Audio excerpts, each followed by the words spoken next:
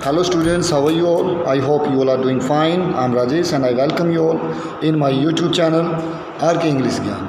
So students, आज हम जो टॉपिक लेके आए हैं उसका नाम है डस्ट ऑफ स्नो। ये 10th स्टैंडर्ड के फर्स्ट पोइम है and this poem has been written by Robert Frost.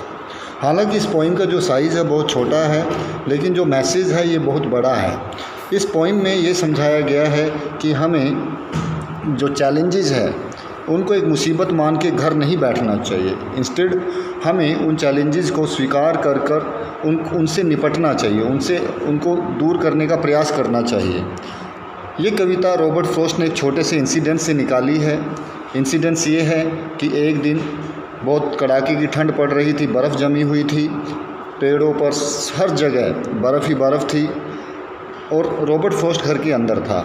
लेकिन तभी उसने देखा कि एक कौवा जो एक पेड़ पर बैठा हुआ था, उसने बर्फ़ को झाड़ा, अपनी बर्फ़ को ऐसे झाड़ के दूर किया और हवा में उड़ चला। इस छोटी सी घटना ने रॉबर्ट फ्रॉस्ट को ये मैसेज दिया कि ये जो मुसीबतें हैं ये आती रहेंगी और इनसे डरकर घर बैठने की कोई आवश्यकता नहीं है।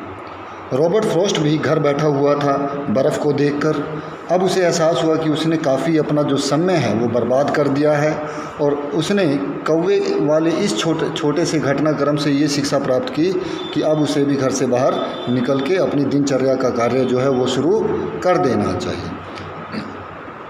एक दूसरा मैसेज ये भी है इसमें कि जो मुसीबतें हैं, जो यहाँ पे डस्ट ऑफ स्नो है, वो ज़िंदगी में आने वाली मुसीबतों का प्रतीक है जो हमारी ज़िंदगी को चारों तरफ से ढक लेती है।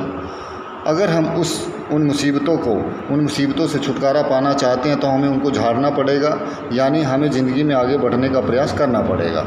तो स्टूडेंट चलिए शुरू करते हैं डस्ट ऑफ स्नो। आप देख सकते हैं पोइट का नाम यहाँ पर है। चलो मैं पढ़ता हूँ। The way a crow Shuk down on me the dust of snow from a hemlock tree.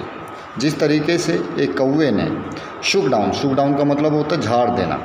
मी यहाँ पर आया है रॉबर्ट फ्रॉस्ट के लिए। जिस तरीके से कौवे ने मेरे ऊपर बर्फ़ को झाड़ दिया, डस्ट ऑफ स्नो यानी बर्फ़ की धूल को झाड़ दिया, from a hemlock tree. Hemlock एक पॉइजनस ट्री होता है, एक हैमलॉक के पेड़ से। Has given my heart a change of mood. इस घटना ने मेरे जो दिल है उसमें एक परिवर्तन ला दिया, मेरे मूड में परिवर्तन ला दिया। And saved some part of the day I had ruled. और ज़िंदगी का, मेरे जीवन का यानी मेरे उस दिन का कुछ हिस्सा जो है वो बचा लिया जो मैंने बर्बाद कर दिया था। यानी मैंने आपको अभी बताया मैसेज जो है कविता बहुत स्ट्रॉन्ग देती है, साइज़ में बहुत छोटी है और इस कविता को पढ़कर हम ज़िंदगी में आगे बढ़ने की प्रेरणा ले सकते हैं। Thank you very much.